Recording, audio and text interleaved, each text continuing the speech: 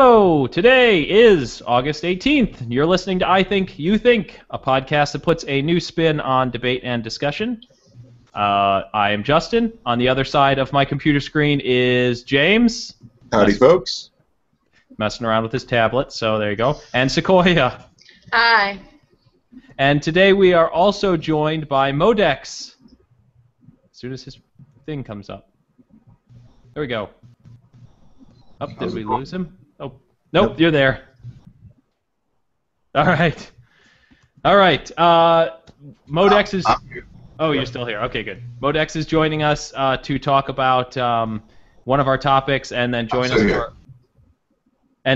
us for our second topic as well. So we got two great topics for you. We're going to lead off with about a month ago was the acquittal of George Zimmerman in the Trayvon Martin case. And then the second topic, we're going to be talking about what's going on in Egypt. Not too much specifics, but kind of our feelings about it. Just in case you didn't know, I Think You Think is a podcast that focuses on what we, your hosts, think, but also what you think. Too many times we spend debates and discussions talking past one another, not enough time trying to learn and understand why someone thinks what they think. And this is what makes I Think You Think different, because we are focused on why people think the way that they do and why we think the way that we do. James, Sequoia, and I believe that the forum of ideas should be open to everyone, and everyone should have the opportunity to challenge and be challenged by ideas. We are not here to pass judgment, but merely discuss ideas and topics. This podcast, first and foremost, is a conversation between us and hopefully you. Feel free to email us, follow us on Facebook, Twitter, and at the Chicago Now blogs. The links for each of these can be found in the underbar of this video, or you can find on Facebook, facebook.com/ithinkyouthink. The chicagonow.com/I-think-you-think, and then on Twitter at @IThink_youthink. I Think You Think is produced by StolenArts Productions and is recorded live at Fisher International Studios. How is everybody doing this week? Well. Excellent. Awesome. I just thought to myself, I wonder if I set things correctly. Yes, I think I did. We will continue. Sorry about that. All right, I'm done messing around. Okay, so we're going to first. We like to start off just by kind of talking about what's been eating up our time this week, and we will actually start. Modex, do you want to start us off as our guest? What has been eating up time for you this week? Pretty much I've been running around dealing with stuff around the house. From flat tires to plants growing in the gutters on my roof, all kinds of shit. So pretty much that's been eating up all my time this week. Nothing extravagant, just regular daily household crap to deal with. All right, Sequoia. I'm still studying hardcore for that math test. Other than that, I've been trying to rediscover music on my iPod. I finally started taking it on my walks to work with me, and I didn't realize how much really good music I have on that. So I've been listening to a lot of music. So that's what's been eating up my time. And James?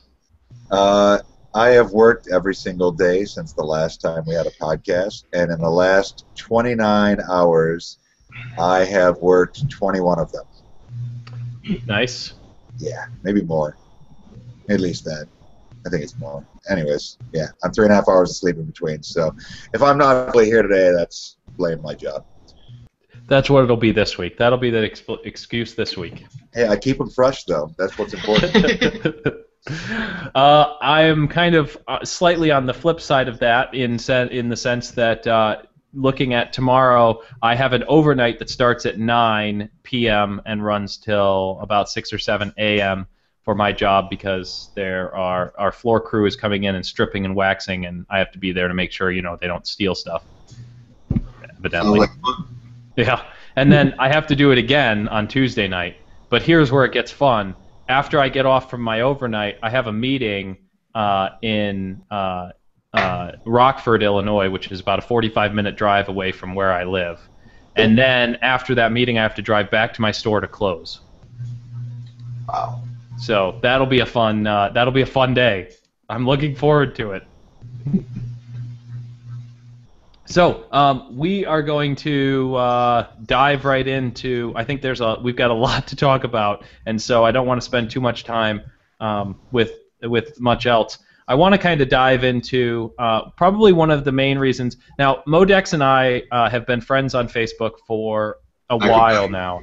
Yeah, a few years at least. I couldn't even tell you where we linked up. I think it was.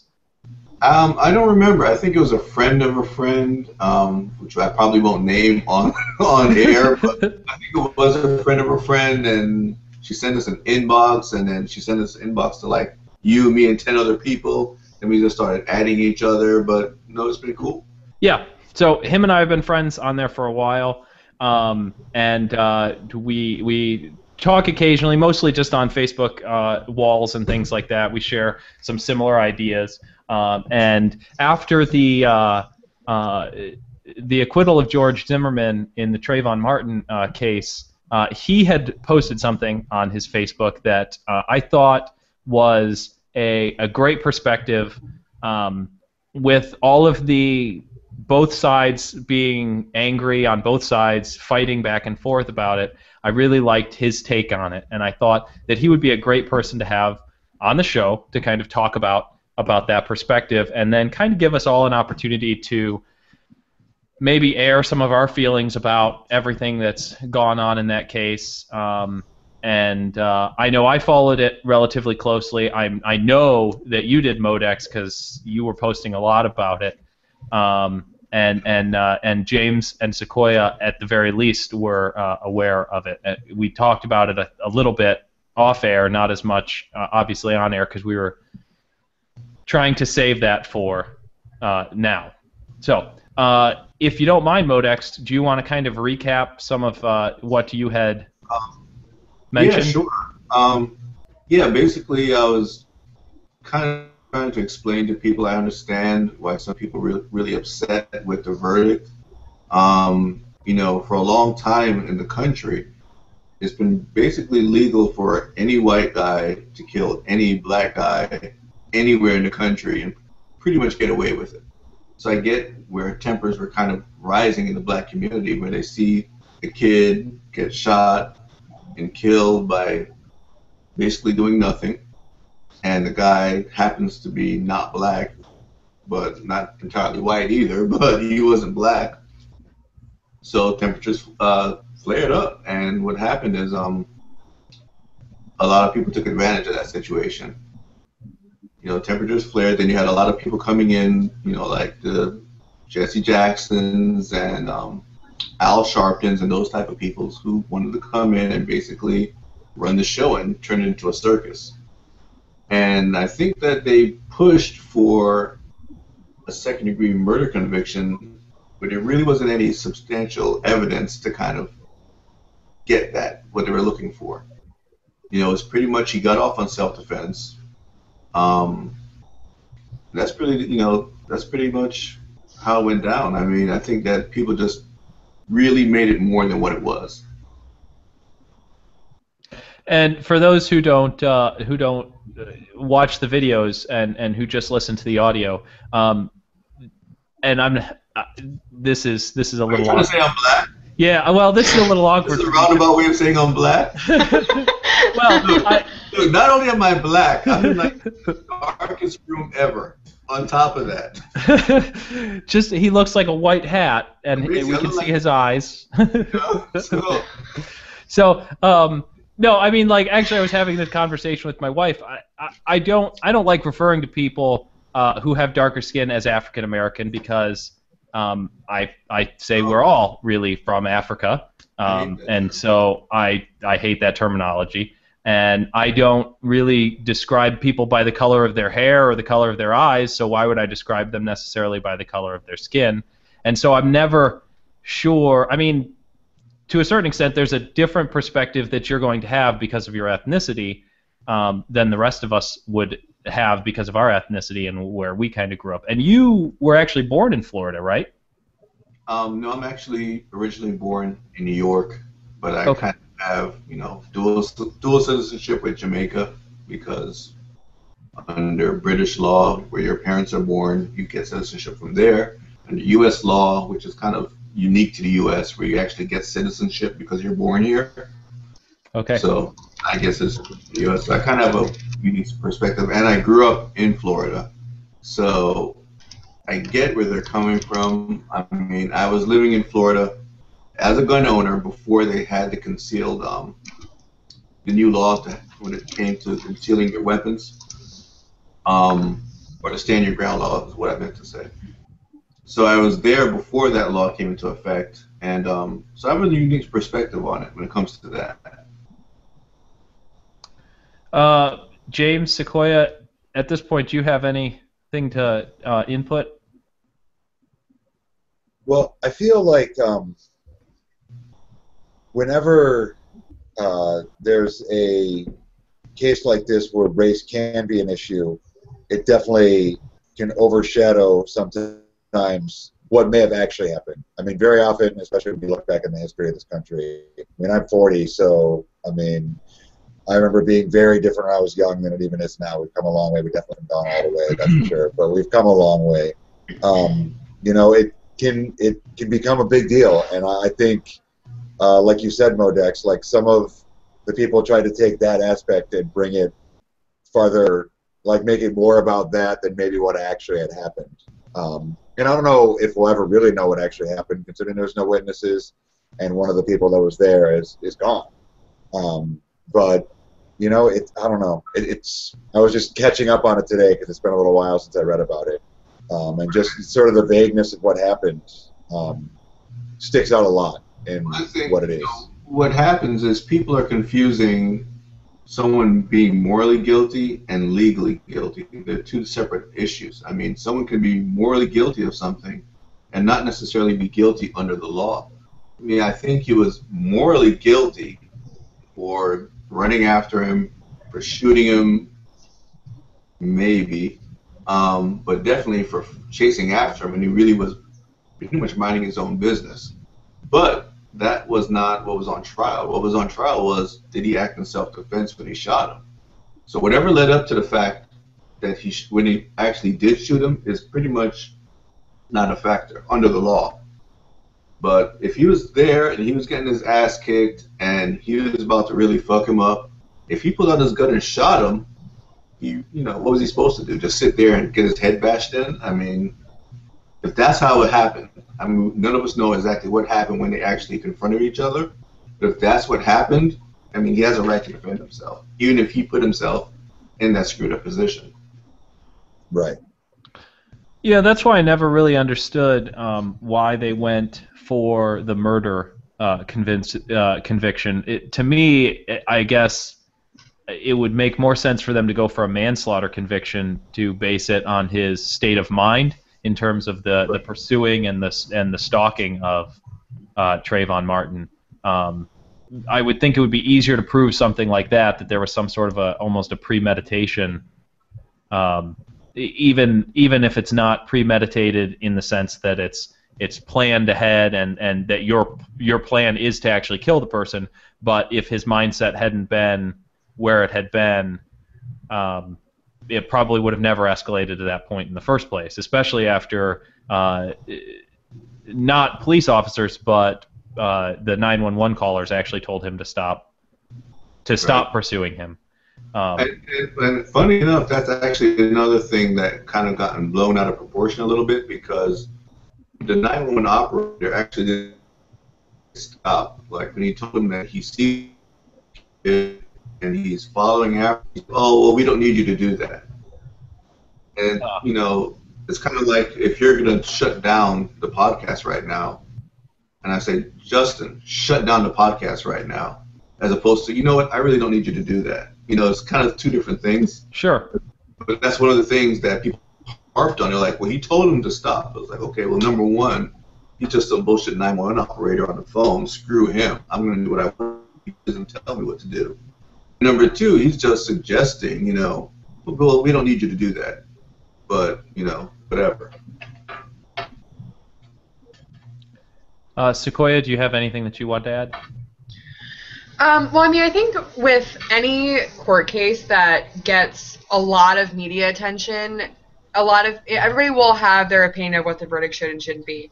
And if it doesn't go the way that they want, it's always a huge upset. But the truth is, like, we will never know what happened in that jury room. Like, we will never know what was said. We will never know what went on. It's sort of, I mean, it's like any other big court case. Like, the most recent one I can think of was like Casey Anthony. Everybody, you know, flipped out over that one too. But you don't know what's happening in that, you know, jury room. You don't know, you know, because they get the access to the evidence. So they saw or didn't see whatever it was they needed to see to come up with that verdict.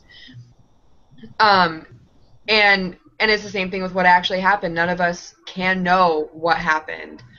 I guess the thing that really bothered me the most about this was, I mean, it erupted. Like, everybody had their opinion. Everybody felt the need to share it. And I feel like it was so, like, people saying things that they were not thinking through. And I think it pushed a lot of people's feelings to the forefront that probably should not have been shared, in my opinion. Like, my Facebook feed, I just stopped going on Facebook for a couple of days because I was getting so, like, riled up seeing things that people were posting that, in my opinion, were just so completely ignorant. I couldn't handle it. Yeah, I think Zuckerberg said something about that was the biggest day that he had people getting defriended on Facebook. Who had said that? I'm sorry. Zuckerberg actually said that. Okay. That's interesting. That's a very interesting perspective on it, you know, like how heated something like that can really get between people, you know, when they're on one side or the other. Yeah, like, I couldn't go on Facebook. I just sort of, like, stopped looking at it because I felt like I would start defriending people because I was just, like, going through my Facebook feed like, you're ignorant, you're ignorant, you're ignorant, you're stupid. Like, I can't handle this anymore. But it's, you know, it was something that really, I feel like it became about so much more than this person who died. And I think that was sort of the sad thing about it, was that, you know, this tragedy of this person dying, this human being losing their life, was completely lost in the fervor over what everybody thought should or shouldn't happen. Right. Well, I know way back in the dark ages of this podcast when we first started, James and I. Which was when? Late November of last year? Yeah, if you're counting the Lost episode. The Incredible Lost episode. The Incredible Lost episode that never got recorded. It's the best podcast ever. It was, and all of you missed out on it. But anyway, we had talked about gun ownership at one point, and so now, Modex, you had said that you are a gun owner? Yeah. Okay, all right. And so what do you think about the Stand Your Ground law? Well, before the Stand Your Ground law, basically the law was that, or at least in Florida, was that if you get into a situation where someone is trying to screw with you, you have to pretty much, if you're a guy and the guy's bigger than you, you're going to have to get beat up, basically, almost to a pulp. If you're a woman, you have a little bit more leeway, like you can pretty much shoot the guy if the guy is after you. If you're in a car, you have to drive off if someone's attacking you. Basically, you have to run. You have to retreat. Until you can't retreat anymore, then you'd be able to shoot the person. But for a lot of people, they just didn't get that opportunity. So it's kind of pointless to have a gun and not be able to use it to defend yourself, or have to get beat up first before you could use it. So then it came to Stand Your Ground law, which basically extended what they call the castle doctrine. You know, my house is my castle, to wherever you had a legal right to be. So under the old law, you know, you could pretty much defend yourself however you needed to defend yourself while you were in the confines of your home, and that was it. So what they did was they took that law and they just extended it to wherever you were. They did that, and they also added another law where people could bring their guns to work, because a lot of people, not in the job, but actually in the parking lot, because a lot of employers are saying, hey, you know, if you have a gun, you can't even have it in your car on the property. You have to have it at home. People are saying, well, hey, I'm leaving work and I want to be protected and I could get carjacked or whatever. So those are two of the main laws that were changed around 2005-ish. The one for work, like I can kind of understand. Let's assume, I mean, Illinois, where James, Sequoia, and I all live, is currently in the throes of trying to.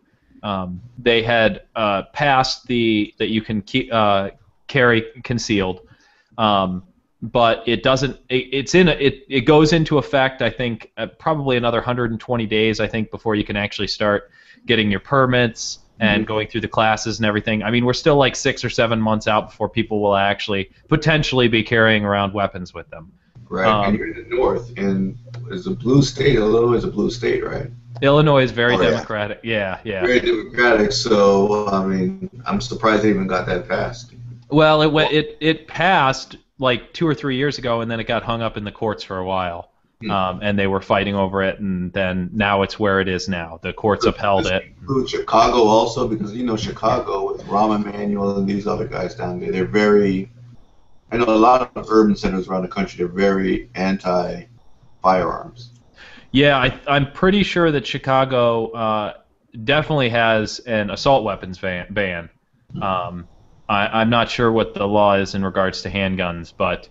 I know that that's one of the things that they brought up a lot because New York is also pretty hard line when it comes to weapons, firearms, and Chicago is very similar. That they've brought up, you know, how many murders take place and crimes take place in New York and Chicago by firearms, and how the law doesn't seem to make a difference because these people are still dying, but actually the crime rate in Chicago and New York has actually declined.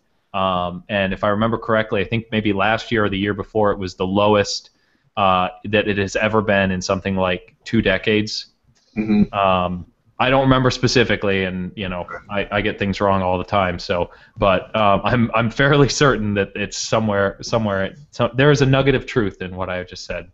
Right. Yeah, I've heard the statistics. I'm not sure if it's due to having a harsh stance on guns in those cities, or better policing. I'm not exactly sure what it is that's causing the rates to go down. Yeah, and go ahead. No, go ahead. I'm done. Oh, well, I mean, like, I'm not a big gun advocate. I don't personally want to ever own one, mostly because I don't think I could ever bring myself to actually have to shoot another human being, and that's why in my perfect world we could just invent the Star Trek style phaser, and then I would have an option to stun them, right? And I wouldn't have a problem with that because the worst thing is they have like a really bad headache, you know. Right. So yeah, so I don't know if I could ever own a gun, or even because I don't think I could ever use it on somebody. And if I could never even use it on somebody, then there really isn't a point to even have it in my house. Right. I can see that. I think, unfortunately, in the world we live in, there are situations that you'd get in that would probably change your mind. I mean, hopefully you're never in that situation. Hopefully no one in this podcast or anyone we care about is in those situations again, or ever will be, but there are situations that would change your mind, I'm sure. I mean, it's a harsh world sometimes, and there's a lot of stuff out there, that could definitely alter that perspective in an instant. Sure, I mean, I don't disagree. Sequoia, what you were saying? I would say, well, I mean, I don't think that anybody ever knows how they're going to react to those situations until they're in them. I think that we have ideas on how we would react, but you really don't know. Sure. I mean, because when something actually happens, it's, completely reactionary. There are no, like, higher thought processes going on. It's just, it's not, how you normally are. I've never been in a situation where I felt like, I mean, I'm not a gun advocate. I don't necessarily think that we need to ban all guns. Like my grandfather, had a lot of guns in the home growing up. You know, and I would go down to visit him, and we knew that they were in the house. We didn't know exactly where. We never ever had any, you know, where are they? We want to see nothing. Like, they were not to be talked about. If we even brought them up, it was, you know, an ass whooping. And like, my mom had a gun when she lived by herself before she met my dad. Because she was a single woman living, you know, by herself in the mountains where there are not many, you know, neighbors around. I've never been in a situation where I wish that I had a gun, and I was robbed at gunpoint one time a few years ago, and I sort of just wanted to, you know, take what you need, and it's fine, it's just stuff. Like, I, you know, didn't feel the need to defend myself because the situation was what it was. I just got robbed. But yeah, that's really all I have to say on that. Yeah, I mean, I don't know. I have said that I'd like to take a gun safety course, and I know with what's going on with Illinois and a lot of the conceal and carry, I'm sure there's a gun store like literally a 3-minute drive away from my house. It's where I plan on going at the onslaught of the zombie apocalypse. I'm gonna head there first. So. Hence the real reason you want to take a gun safety class. That is exactly right. The real reason I want to take a gun safety class is so I know how to shoot zombies in the head. You gotta take a bat to the head. The gun doesn't make too much noises. Yeah. I do need to go out and get a katana, because they say katana is one of the best zombie killing melee weapons, at least until they invent the lightsaber.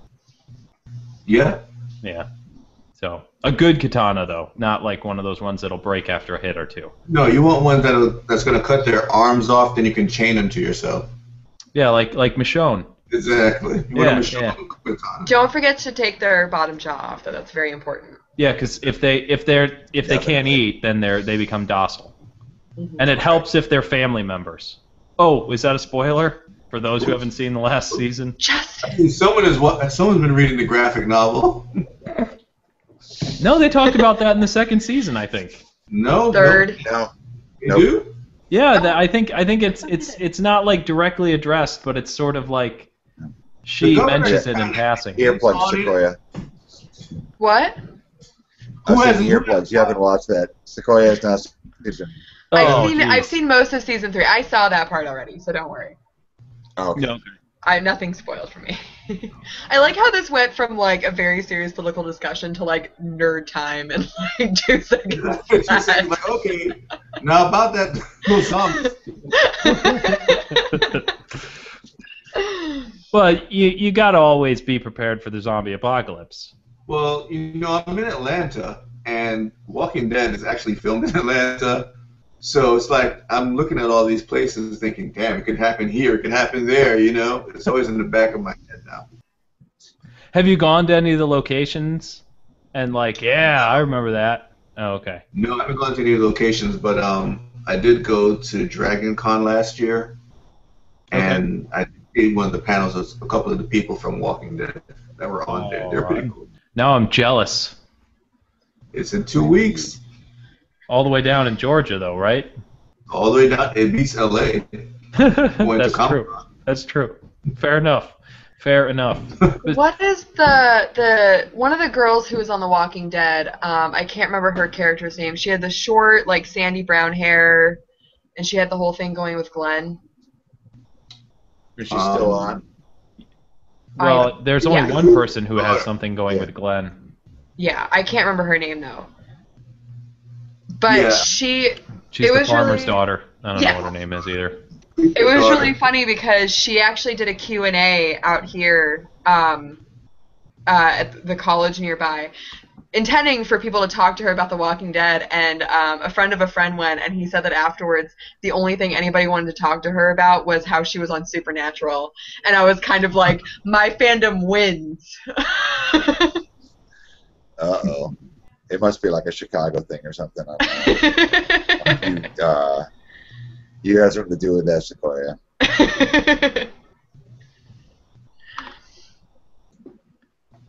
You see a lot of that with, Joss Whedon. People who love Joss Whedon, between Buffy and Avengers and Dollhouse and all of his stuff. Firefly. It's Super Hulock Yep. fandoms all in one. Mm-hmm. All right, not to change the subject here, but Modex, have you been thinking about whether or not you want to buy some jewelry? I don't know. I don't wear much jewelry. Well, but I'm pretty sure I know someone who does. If you knew someone, or if you were interested, StravaMax.com. So they are now doing leather crafting with their jewelry making, which is kind of fun. They've got a fancy video you can watch where they talk about it, and lots of different kinds. And they've got a Facebook page that you can check out. Just do a search for StravaMax, StravaMax. And the young lady who made all of our graphics also makes the jewelry for StravaMax. So we like to say thank you by constantly telling people about StravaMax.com. So there you go. And now I'm yellow again. Very cool. Never fixes. James's segues are way better for that. I'm just saying. Well, I was waiting for him, but he wasn't interested. Sorry, it's very watching the YouTube page because it's like 3 or 4 minutes behind. It's so distracting. Looks like you're calling no one comments. So if anybody's watching this, please leave a comment. Just so he feels like he did something. Like, turn off your TV, turn off your radio when you call in. So, yes, StravaMax.com. Modex, you have a Facebook page as well. Godless and Geeky. Godless and Geeky. Yeah, we pretty much put it together because we've noticed that a lot of us godless people are pretty much geeks and vice versa. So we decided to put the two together and have one page called Godless and Geeky. So if anyone's out there on Facebook, feel free to send a request, join up, and talk shit. Yeah, and it's not. I mean, there are some posts about atheism and godless type stuff. Yeah. But mostly it's about the geek. It's about the geekdom. Yeah, it's mostly about the geekdom. Yeah, that's the fun stuff. Yeah. So, just do a search for godless and just N geeky. I guess I should probably do that backwards, right? Right. Yeah, the other way. Yeah. So, yes. There you go. We are going to move on to the second topic, and it has to do with what's been going on in Egypt.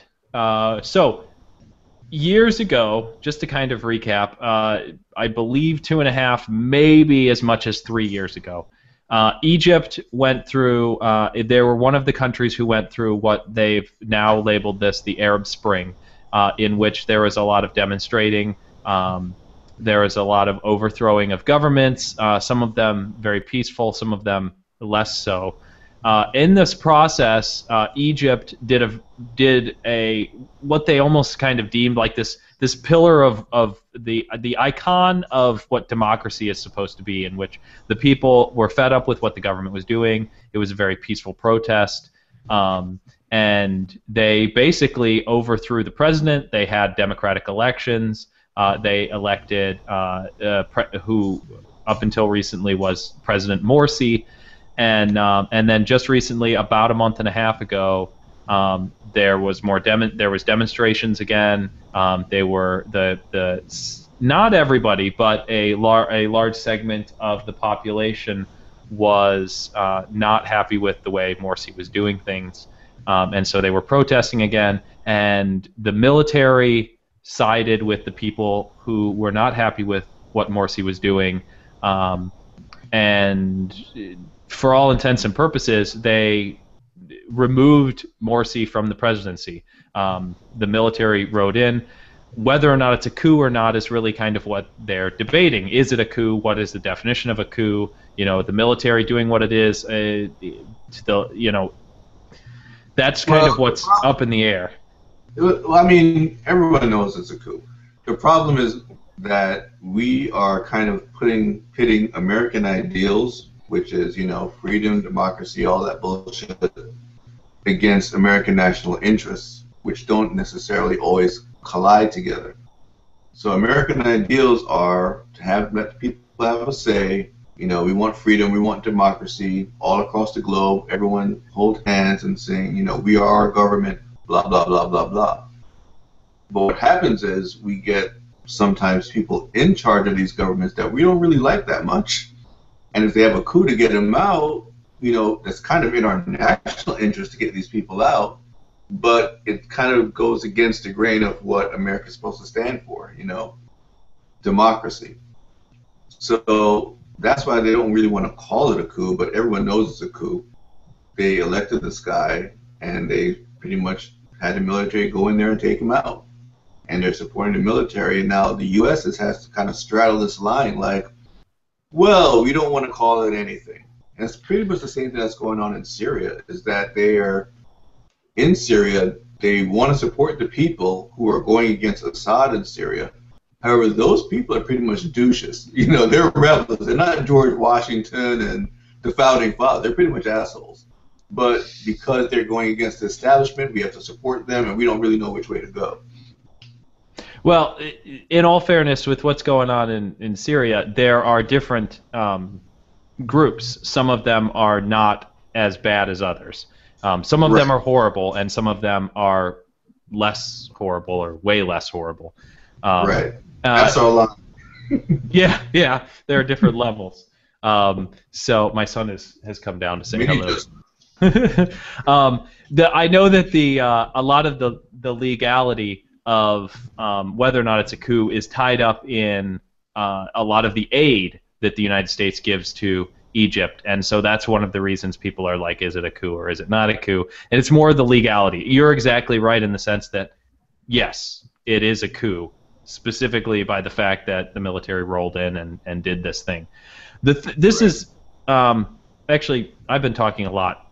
Somebody else could talk about it. James, do you have any feelings about Egypt? There's nothing more that the American government likes than if we're making an argument about semantics as opposed to looking at the facts. So I'm really tired here, but that's the first thing that pops into my mind. It's like, let's have the conversation about whether we should define it as a coup or not. Like, that's not the important thing. I mean, it's not even our country, you know. I mean, it's another country on the planet we live on, and that's important. But, you know, I think Modex, you're right. I mean, it's like they elected him, and if we don't like the way he or she's interacting with our country, then we are going to do our best to try to find someone else there, support them, so we can get better rates on Velcro or oil. Maybe oil. Oil's probably a big one for us. Well, I mean, one way whatever it is. Is like, suppose the Pentagon marched over to the White House and took Obama out of the White House. What would he call it then? You know.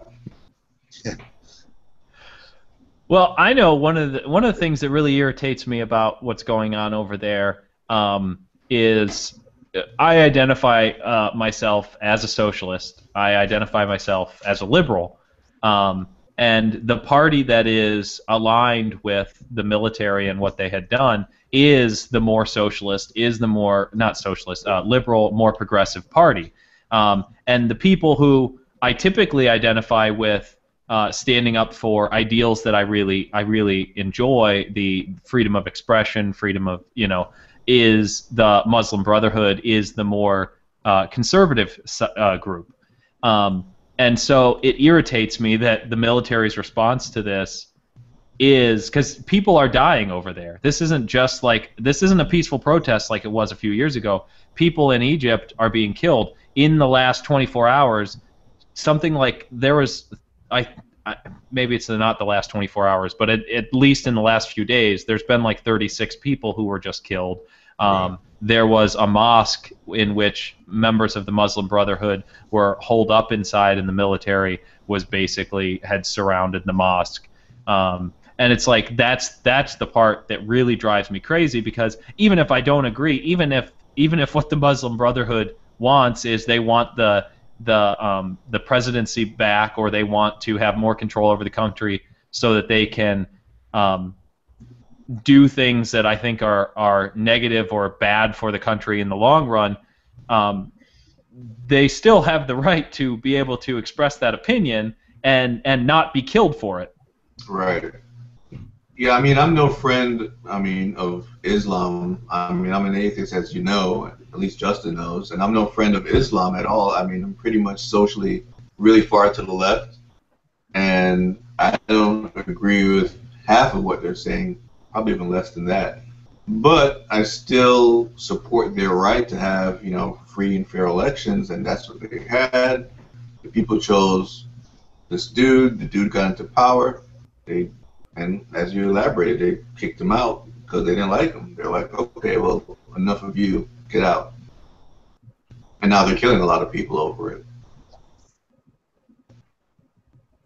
Sequoia, did you have I anything? think that's the nature of our world, though, in a lot of ways. You know what I mean? Like, we are relatively lucky to not deal with violence on that in that kind of way. I mean, we have plenty of our own violence in this country, but you know, we don't deal with those kind of war level violence like that here. But it's a fact in a lot of the world, and I guarantee there are many countries where more than 36 people died in the last couple of days because of those kind of conflicts.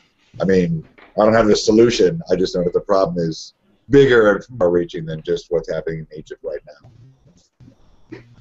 Sequoia, did you have anything that you wanted to add? Well, I mean, I will say, as we talked about before the show today, that I am horribly uninformed about this subject, which threw me into a huge shame spiral. And I called my father, who is probably one of the most informed people that I've ever known on politics, and I was like, quick, tell me everything you know in the next 15 minutes. But, I mean, I think, first of all, it's very easy for us to sort of, you know, like James was just saying, we don't deal with a lot of, like, we don't deal with this level of conflict on our ground. That doesn't happen. Like, when we stir all this stuff up in other countries, it doesn't really affect us. You know, and that's something that, you know, these are people's lives, and this is the way that, you know, there are people dying. You know, and I think James is pretty much right on with, you know, it has a lot to do with the aid that we give them, and, you know, looking for better prices on oil. And at the end of the day, like, this was somebody who was elected.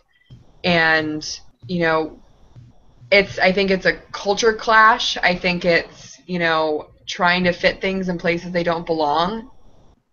And I think it's horrible is what it is. Like, just the amount of bloodshed is heartbreaking.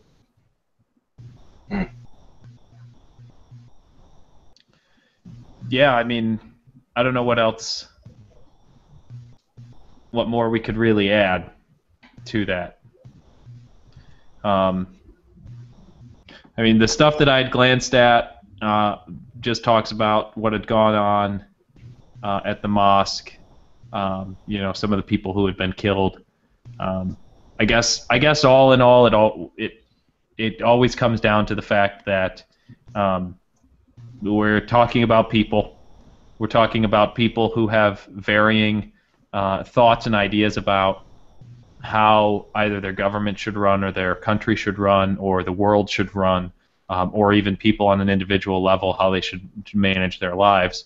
And in the end, we are killing each other over these differences of ideas instead of talking about it. I don't know. I guess I would like to know what it's like to have that kind of a concept so that I could at least relate to it. But we do live in a pretty secluded world. I mean, the worst thing that's probably happened to us, you know, politically wise, was the vote between was it Al Gore and Bush? 2000 election. Yeah, with the Florida and the hanging chads were probably the worst thing that's happened to us in a while. I mean, some of the other elections after that were kind of close, but I mean, I think they were a little way more hyped, and they were trying to get back to that 2000 election, or was it 2004? Was it 2000? 2000. It was 2000. Okay. It was 2000 because I couldn't vote yet. Okay. And don't worry, Sequoia. Next year. And honestly, I mean, in the end, we didn't. There wasn't a civil war over it, which at this point, like, that's basically what's going to happen in Egypt unless something crazy happens. I mean, these people are going to. We're kind of spoiled, you know, in the U.S. I mean, I've seen people vote, you know, in other countries, and you don't tell people who you vote for in other countries because the pressure is so tremendous for you to vote for a particular person that if you don't do that, you know, people look down on you. Because if you vote for one person over the other people literally will not eat. I mean, they're going to funnel all their resources to a particular neighborhood so that these people, his people, will eat. So, you know, what we have here is pretty much, you know, it's first world problems, basically. Yeah. That's why we all need to move. Where, James? Sweden. We haven't We haven't talked about Sweden in so long. I know, so long. I hope they're not mad at me over there in Sweden. They want me. We've probably lost something like 60 or 70% of our viewership in Sweden. That's probably true. like 2 people. Wow. So I'm trying to up that to 4. So. So, yes, we will all move to Sweden.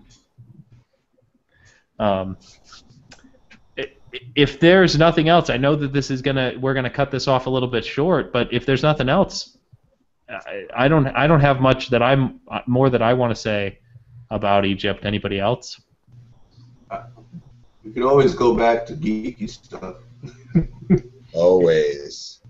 We can always go back. Thrives on like tangents into video games. So. Well, we've already brought up Star Wars and Star Trek. And Firefly. And zombies. Walking Dead. Oh yeah. Supernatural. I mean, Fall. Sorry. What? Supernatural. Okay, I'm just playing. Let me have my show. Okay. My wife's a big fan. We were watching it the other night, and she was watching it. I happened to be in the same room with her. Supernatural? Supernatural. And they mentioned something, because the show is very, like, almost silly in how over the top it is. Yeah. And they had mentioned something about, like, they had to go get some rings or something. And I said, well, that's a very convenient plot. You know, like, go get the rings, go unlock this thing. You know, I was like, wow, that's a great idea for a D&D campaign, because it's like, it's very simple. Go find the rings, go unlock this thing, make the bad guy go into the thing that's unlocked, lock him in there. What's really bad is I know exactly which plot line you're talking about. She knows what season, what episode, and the name of the episode. You just watch not it. Quite that bad. Now you just watch it because watches. of all the cute people, don't you? One. Well, no, 2. But yeah, I mean, I know. You know, like the storyline's funny, and I like the basic storylines. There have been some episodes that have been absolutely fantastic. One scene that, for anybody who watches, the introduction of the character of Death is probably one of the best shot scenes I've ever seen in television. But Jensen Ackles is very cute. So, you know. Now, do you watch Arrow? No. Vampire Diaries? No. Well, Arrow has an attractive main character who takes his shirt off a lot. You know, that's not usually in my wheelhouse of shows. Like, really, like, but it's just I'll bet if you watched one of the episodes in which he takes his shirt off, it would become in your wheelhouse. That's how Justin got into that show. You better believe it. But Justin, that's DC. It's not Marvel. Let's wait till S.H.I.E.L.D. comes out. When Agents of S.H.I.E.L.D. come Oh on. yeah. Yeah, I'm waiting for that. We won't be podcasting whatever night. It's on Tuesdays, so there'll be no podcasting. No podcasting on Tuesdays. Yeah.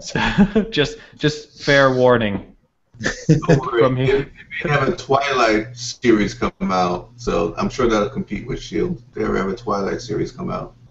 Yeah, Sequoia will be watching the Twilight series, and I'll be watching Agent of S.H.I.E.L.D. People don't know that you're joking on here when you say that. They probably actually think I'm a Twilight fan, so you gotta stop saying that.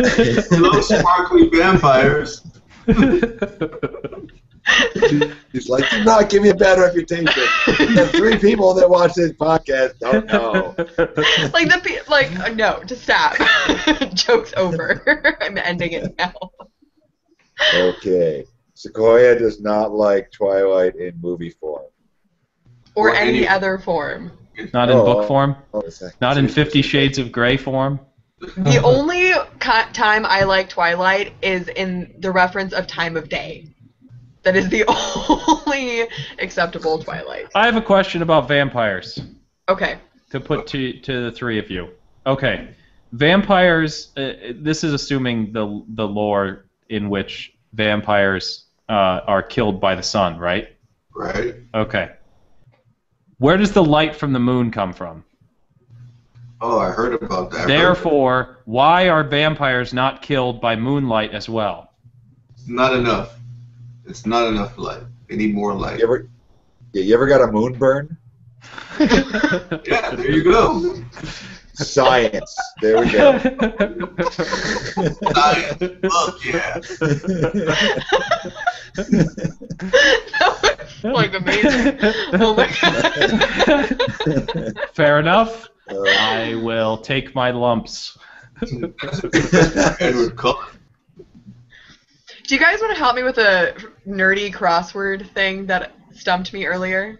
Oh wow, this is just progressing very well. No, I know. Ahead. But we've got 6 minutes to burn, so it's fine. So a 3-letter word, foe of Frodo. I would say Gollum. Wait, no, that's not a 3-letter word. It's not Gollum. It's not. Oh, damn it! I was like, it's not Smeagol. It's not Gollum. It's not Saruman. It's not Sauron. Like, what the hell? What did you say? Orc? Yeah. Oh. Did I get it in like 2 seconds?